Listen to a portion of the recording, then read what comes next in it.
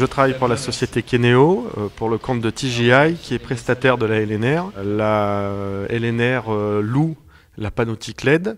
Donc moi je suis technicien de maintenance. Je m'occupe de cette panoptique LED qui est en bord terrain face caméra TV. Donc moi mon rôle c'est de gérer une playlist de messages des partenaires de la Ligue de rugby et du club. Aujourd'hui c'est un match décalé qui sera diffusé sur Eurosport. Quelle autre mission ça implique pour vous? Donc aujourd'hui on travaille en binôme.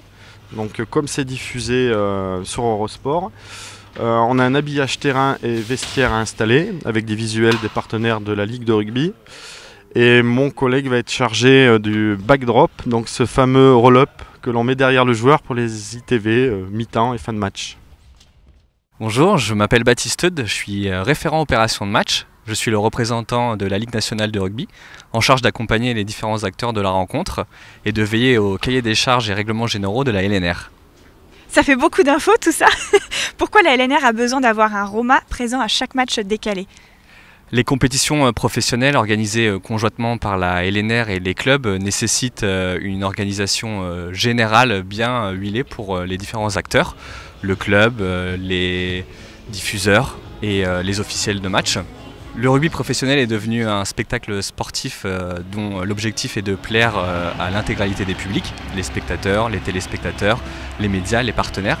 Chaque partie prenante a donc des enjeux. La LNR est donc là pour accompagner ces différentes populations dans la réalisation de ces objectifs. Quel impact concret a votre travail d'un match à l'autre? Alors, chaque rencontre donne lieu à un rapport de match dans lequel est mentionné les points d'amélioration pour les clubs. Il est également répertorié dans ce rapport les incidents qu'on a pu observer pendant la rencontre. Suite à ça, la LNR échange avec les clubs pour que ces incidents ne se reproduisent pas sur les prochaines rencontres. Notre venue contribue donc au renforcement des dispositifs et procédures organisationnelles d'un match sur l'autre. Bonsoir Daniel, décrivez-moi un petit peu votre rôle les soirs de match. Eh bien, les soirs de match, je m'occupe de ce qu'on appelle la feuille de match informatisée, parce que depuis qu'on est en Pro D2, la feuille de match se fait par informatique, et je suis tout le temps en relation avec le représentant fédéral. Ça fait combien de temps que vous intervenez pour l'équipe de Luçon? Ça fait 20 ans que je suis au club. Les équipiers secouristes, c'est pour le grand public ou pour les joueurs? On fait les deux, il y a une équipe sur le terrain et 2 équipes pour le public.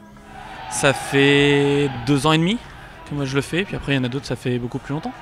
Vous êtes bénévole? Ah oui, oui on est bénévole. Moi je dis c'est beau.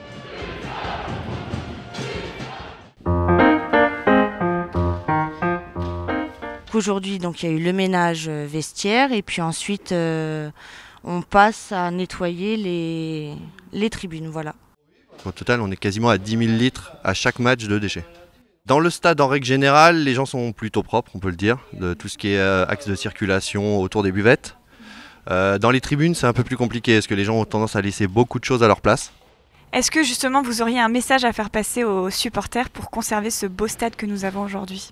Tout d'abord, remercier ceux qui font très attention, ils sont nombreux quand même.